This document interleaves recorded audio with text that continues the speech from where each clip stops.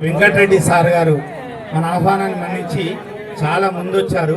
వాళ్ళు వయసు రీత్యా చాలా దూరం ప్రయాణించాలి కాబట్టి ఆ సాహితీవేత్తను ఈ కాకతీయ కళల జాతర కార్యక్రమం గురించి మాట్లాడాల్సిందిగా కోరుతున్నా.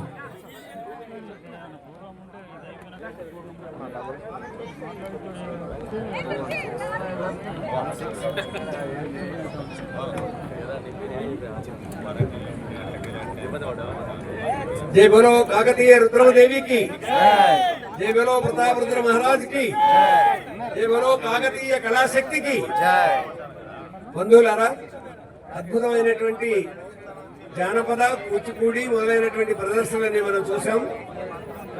దీనిని నిర్వహించేటటువంటి యువశక్తికి నేను అభినందనలు తెలియజేస్తూ, పెద్దలకు నమస్కరిస్తూ, మాతృమూర్తులకు ప్రణమిల్లుతూ 4-5 అంశాలు మాత్రం చెప్తాను.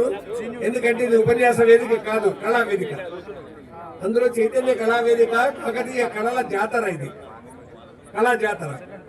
అందువల్ల ఇప్పుడు ఈ జానపదంతో ప్రారంభిస్తాను.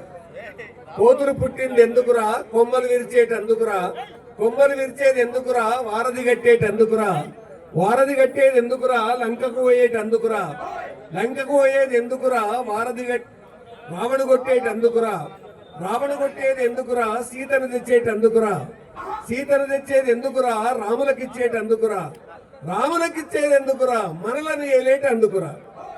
కోతులు పుట్టే ఇంత పని చేస్తే మరి మనం పుట్టి ఎంత పని చేయాలి?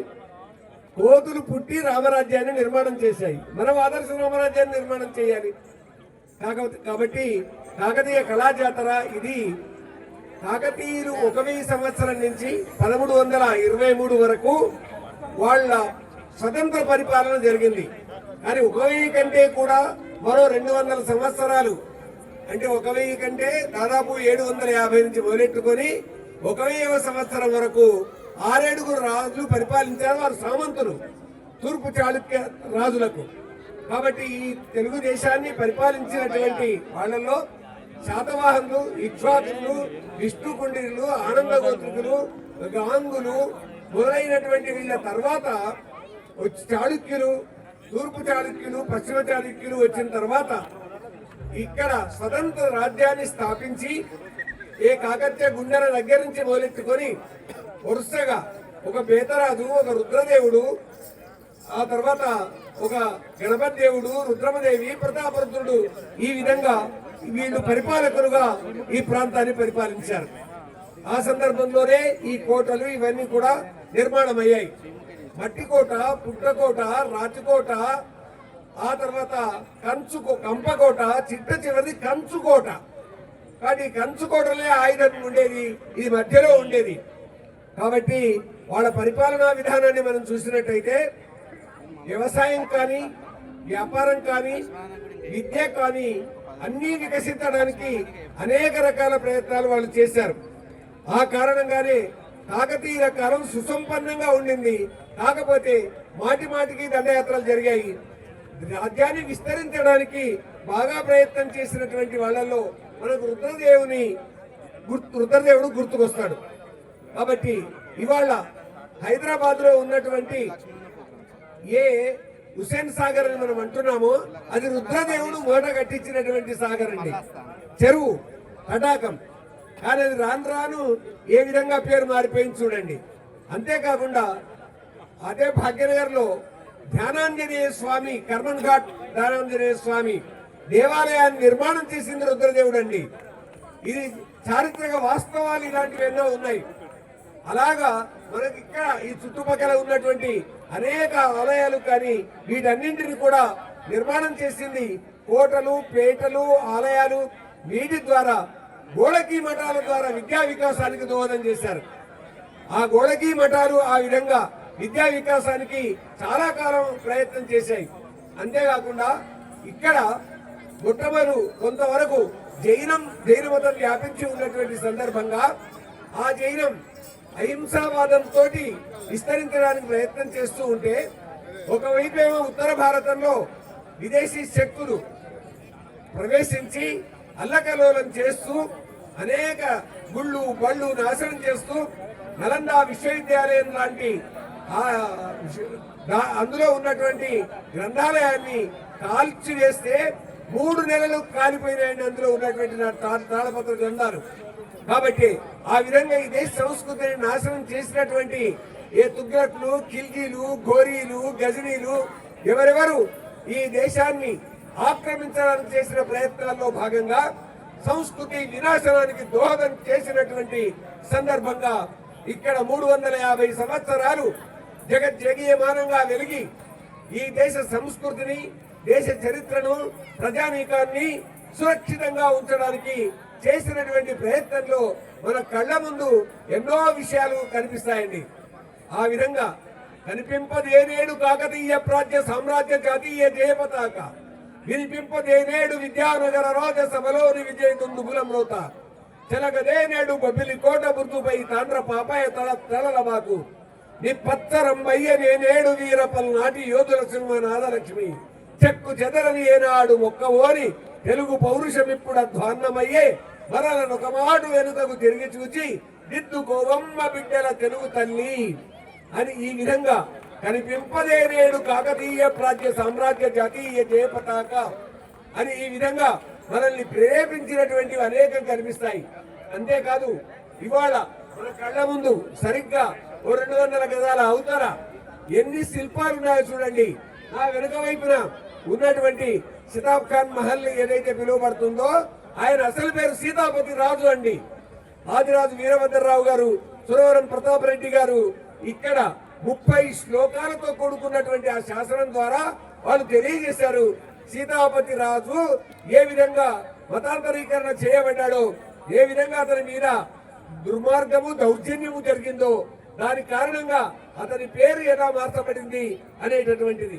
కాబట్టి ఇలాంటివన్నీ మనం దృష్టిలోకి తెచ్చుకున్నటువంటి సందర్భంగా ఏ కాకతీయ వంశంలో గొప్ప రాణిగా జన్మించి వీరనారి రుద్రమ ఎలాంటి పేరు సంపాదించిందంటే కాకతీయ వంశోద్భవకారిణీం లోకోద్ధరణ స్వరూపిణీం కృపామయీం కలుషహారిణీం శక్తిమయీం రిపు విదారిణీం నమామి శర్వాణీం ముక్తిదాయినీం అని ఈ విధంగా కీర్తి ప్రతిష్టలు ఆర్జించినటువంటిది రుద్రమదేవి.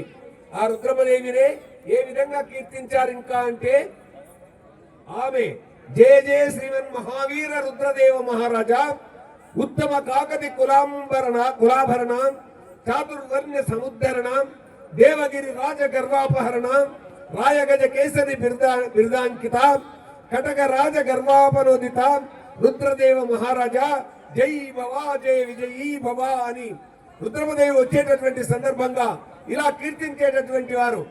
అలా కీర్తించడానికి కారణం కేవలం ఇక్కడ ఈ ఓరుగల్లు ఈ చుట్టుపక్కల ఉన్నటువంటివే కాదండి, అనేక విధాలుగా తన రాజ్యాన్ని కోల్పోయినటువంటి మన్మసిద్ధి రాజు నెల్లూరు విక్రమసింహపురం అతన్ని మళ్ళీ సింహాసనం మీద కూర్చోబెట్టడానికి రుద్రమదేవి తండ్రి అయినటువంటి గణపతిదేవ మహారాజు జాయప్ప సేనాని తనకు బావమరిదే అవుతాడు.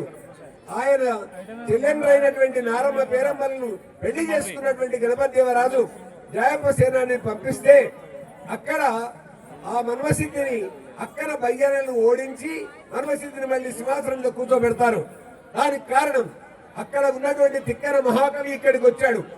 మనకు తెలుసండి, సామాజిక జీవనంలో ఒక చైతన్యాన్ని నిర్మాణం చేయాలంటే శైవం, వైష్ణవం, గాఢాపత్యం, సౌరం మొదలైనటువంటి వీటన్నింటినీ ఒక్కటే అని ఒక హిందూ ధర్మ సామ్రాజ్య నిర్మాణానికి 350 సంవత్సరాలు ఇక్కడ ఆ విధంగా నిర్మాణం చేయడానికి కారణం ఆ తిక్కన్న గారు ఇక్కడ ఈ రుద్రమదేవి వింటుండగా గణపతి దేవుని ఆస్థానంలో ఆయన మహాభారతాన్ని చెప్పాడండి.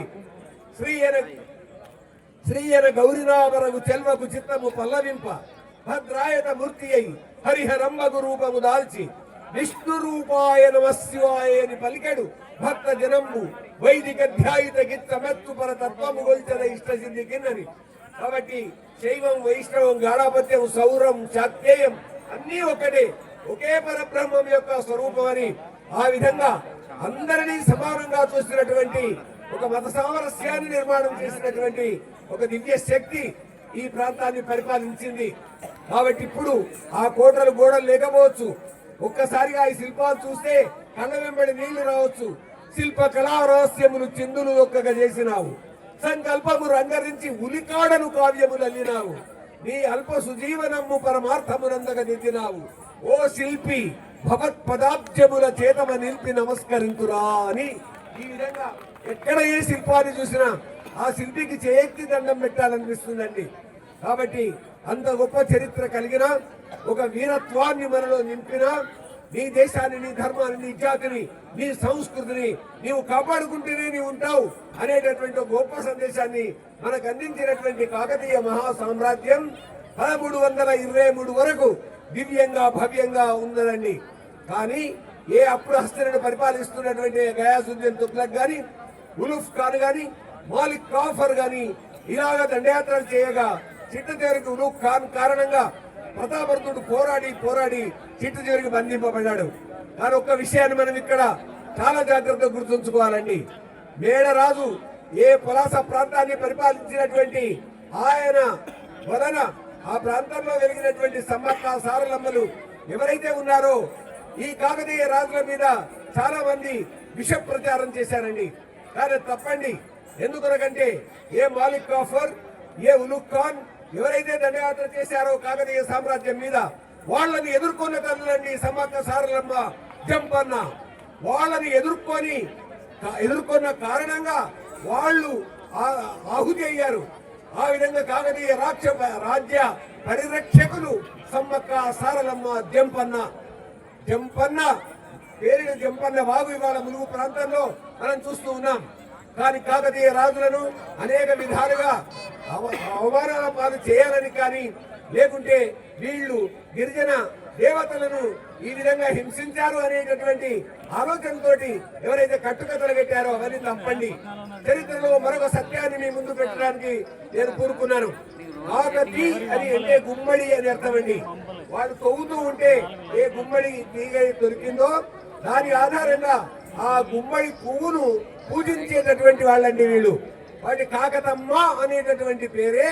ఆ తర్వాత గుమ్మడి పువ్వును పూజిస్తూ పూలన్నీ కలిపే వరకల్లా అదే బతుకమ్మ అయ్యిందండి. కాకతమ్మే బతుకమ్మగా వచ్చింది. బతుకమ్మ సంస్కృతి మనది, సావమ్మ సంస్కృతి కాదు. అది కాకతీయులు మనకు అందించింది. కాకతమ్మ అని అంటే గుమ్మడి పువ్వును పూజించే సంప్రదాయమే. పూలతో కూడుకున్నటువంటి దేవత అయినటువంటి కాకతీ దేవతను, కాకతమ్మ దేవతను కాకతమ్మ బతుకమ్మగా మారిపోయింది. కాబట్టి ఇన్ని విధాలుగా చరిత్రలో ఉన్నటువంటి సత్యాన్ని మనం తెలుసుకుంటే ఏ విధంగా ఇవాళ మనం ఇక్కడ ఈ శిథిలమైనటువంటి కోట గోడలు కావచ్చు గాక, జోహుకుం సర్దారు లేవి, జోడు గుర్రపు దౌడు లేవి, తాడు నిచ్చెన నాడు గోడలు కట్ల బల్లం కాలిబలగం మరపిరంగులు మందుగుండు ఏవి తమ్ముడా ఎచ్చడు తమ్ముడా అని ఇవాళ మనకు అనిపించాల్సి వస్తుంది. కాబట్టి అవును, శిథిలమైనటువంటివే మన హృదయాలు, శిథిలమైనవే, పగిలిపోయినవి నిజమే. వారి స్వాతంత్ర్యం సంపాదించుకున్న తర్వాత ఈ దివ్య చరిత్రల్ని మన తర్వాత తరాల వాళ్ళకి మనం చెప్పాల్సినటువంటి అవసరం ఉంది. వీర సింహాలుగా మన పిల్లల్ని సంస్కృతం చేయాల్సినటువంటి అవసరం ఉంది. భారత మాత పూజారులుగా నిలబడి ఈ దేశాన్ని, ఈ ధర్మాన్ని, జాతిని, ఈ సంస్కృతిని రక్షించుకోవడానికి నాకు కాకతి దేవత ప్రేరణనిచ్చింది, వీరనారి రుద్రమ్మ ప్రేరణనిచ్చింది అనే విధంగా మనం నిలబడాలి అని కోరుకుంటూ, ఇది ఉపన్యాస వేదిక కాదు కాబట్టి, కళావేదిక కాబట్టి ఆ కళల ద్వారా ఈ సందేశాన్ని మనం పొందుదామని చెప్తూ నాకు ఈ అవకాశం ఇచ్చినటువంటి మిత్రులు నాగేశ్వరరావు గారు, మిగతా రవికుమార్ గారు, పెద్దలు మోహన్ రావు గారు, వీళ్ళందరికీ, మాతృమూర్తులందరికీ కూడా ఈ చైతన్య కళావేదికకు ధన్యవాదాలు చెప్తూ సెలవు. నమస్కారం. జై బలో వీరనారి రుద్రమరాణికి, జై బలో గణపతిదేవ మహారాజుకి, జై బలో శివదేవయ్య మహామంత్రికి, जय बोलो प्रतापरुद्र महाराज की, जय बोलो भारत माता की।